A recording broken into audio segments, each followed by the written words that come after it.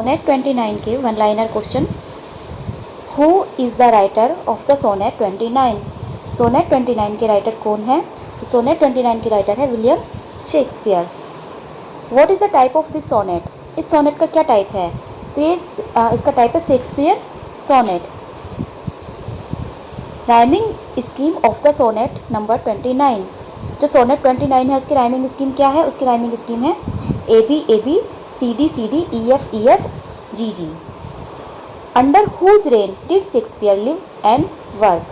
किसके राज्य के दौरान शेक्सपियर ने कार्य किया था और शेक्सपियर थे? तो that was Queen Elizabeth first. Sonnet 29 begin with a mood. जब सोनेट 29 शुरू होता है तो उस वक्त पोइट का मूड कैसा था? तो उस वक्त जो पोइट का मूड था वो थे अनहैप्पी, होपलेस और डिस्पोंडेंट, यानी कि वो नाखुश थे, वो बहुत ज़्यादा निराश थे, परेशान थे वे बहुत ज़्यादा। What does Shakespeare lament in Sonnet 29? Shakespeare sonnet 29 में किस चीज़ पर लेमेंट करते हैं, किस चीज़ पर दुख व्यक्त करते हैं? तो that is his misfortune.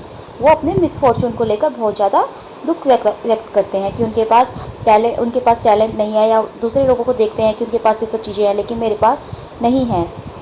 The poets misery is heightened by the absence of. जो पोइट की जो मिजरी है, यानी कि जो पोइट दुखी हैं, तो वो किस चीज़ से दुखी है, यानी कि किस चीज़ की अब्सेंस है उनकी लाइफ में, वो कहते हैं। तो वो कहते हैं कि मेरे पास कोई फ्रेंड नहीं है, लक नहीं है, टैलेंट नहीं है और फॉर्चून नहीं है, यानी कि वो सब यही बोलते हैं कि मेरे पास कोई फ्रेंड, लक, टैलेंट और फॉर्चून नहीं है। What compels Shakespeare to forget his trouble? वह क्या चीज़ है जो शेक्सपियर को उसकी ट्रबल को, उसकी परेशानी को भूलने में मदद करता है? तो that is presence of love, यानी कि जब वो अपने दोस्त के बारे में सोचते हैं, अपने फ्रेंड के बारे में सोचते हैं, उसके प्यार के बारे में सोचते हैं, तो वो सब कुछ अपना दुख भूल जाते हैं। The first quatrain of sonnet 29 gives the reason for poets.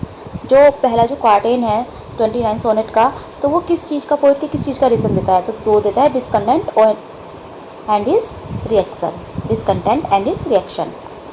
Why does the poet call the haven Dew? जो पोइट है वो हेवन को डीव क्यों कहते हैं, यानी कि वो भगवान को डीव क्यों कहते हैं? क्यों कहते हैं? क्योंकि उन्हें लगता है कि जो गॉड है वो कभी भी उनकी प्रेयर नहीं सुनता, because God never lessons his prayer. Initially the poet weeps over his outcast state and. जो पोइट्स हैं वो मतलब लेमेंट करते हैं, वो रोते हैं अपने आउटकास्ट स्टेट पर, और किस पर? अपने फॉर्च्यून पर। Laments over his fortune. The second quatrain of sonnet 29 the poet wishes to have more. जो सेकंड क्वार्टेन है सोनेट 29 का, उसमें पोइट्स क्या विश करते हैं, क्या चीज़ रखने की? तो वो विश करते हैं होप्स की, गुड लुक्स की, फ्रेंड्स की, टैलेंट की, स्कोप की और अपॉर्चुनिटीज़ की। ये सब वो सोचते हैं कि काश ये भी उनके पास होता। Lacking of hopes, good looks, friends, talents, scope and opportunities makes the poet. जो ये सब चीज़ें हैं जिनकी को वो लेमेंट करते हैं कि मेरे पास नहीं है, तो मतलब इन सब चीज़ों का जो लैक है, इसकी जो कमी है, तो वो पोइट्स को क्या बनाती है? तो वो पोइट्स को lament, depressed, rejected, miserable and frustration. यानी कि पोइट्स क्या होते हैं? वो बहुत ज़्यादा दुखी होते हैं, परेशान होते हैं एंड फ्रस्ट्रेटेड होते हैं। When does Shakespeare's mood change? Shakespeare का मूड कब चेंज होता है? जब शेक्सपियर अपने शुरू में जो बोलते हैं कि वो बहुत ज़्यादा परेशान है, वो दुखी हैं, उनके पास लक नहीं है, होप नहीं है, तो क्या चीज़ है, किस चीज़ के बारे में वो सोचते हैं जब उनका मूड चेंज हो जाता है? तो after thinking of his love friend, यानी कि जब वे अपने फ्रेंड के बारे में सोचते हैं। और ये फ्रेंड कौन था? ये था WH, यानी कि जिसको मिस्टर WH, जिसको कि शेक्सपियर ने अपने सोनेट जो हैं डेडिकेट किए थे। The poet compares his happy mood to a mood of. जो पोइट है वो अपने हैप्पी मूड को किस के मूड से कंपेयर करते हैं? तो वो कंपेयर करते हैं द लार्क के। लार्क एक पक्षी है जो सुबह के समय गाता है। तो जब शेक्सपियर अपने फ्रेंड को याद करते हैं तो उनका मूड हैप्पी हो जाता है, और वो उस वक्त अपने मूड को द लार्क से कंपेयर करते हैं। The lark sings hymns at. जो लार्क है वो जो गीत गाता है, भजन गाता है, वो कहाँ गाता है?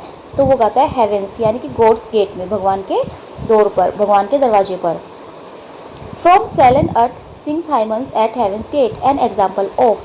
जो ये लाइन है from sullen and earth sings hymns at heaven's gate an example of, तो ये किसका है? इस यानी कि इसमें क्या फिगर स्पीच है? तो इसमें फिगर ऑफ स्पीच है पर्सोनिफिकेशन।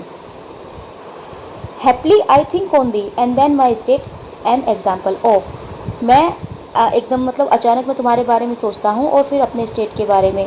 तो ये किसका एग्जाम्पल है? ये एलिट्रेशन का, क्योंकि इसमें टी टी टी 3 बार आया हुआ है। Like to the lark at break of day arising. Like to the lark at break of day rising, इसमें कौन सा फिगर ऑफ स्पीच है? तो इसमें है सिमली, क्योंकि इसमें लाइक का यूज़ हुआ है।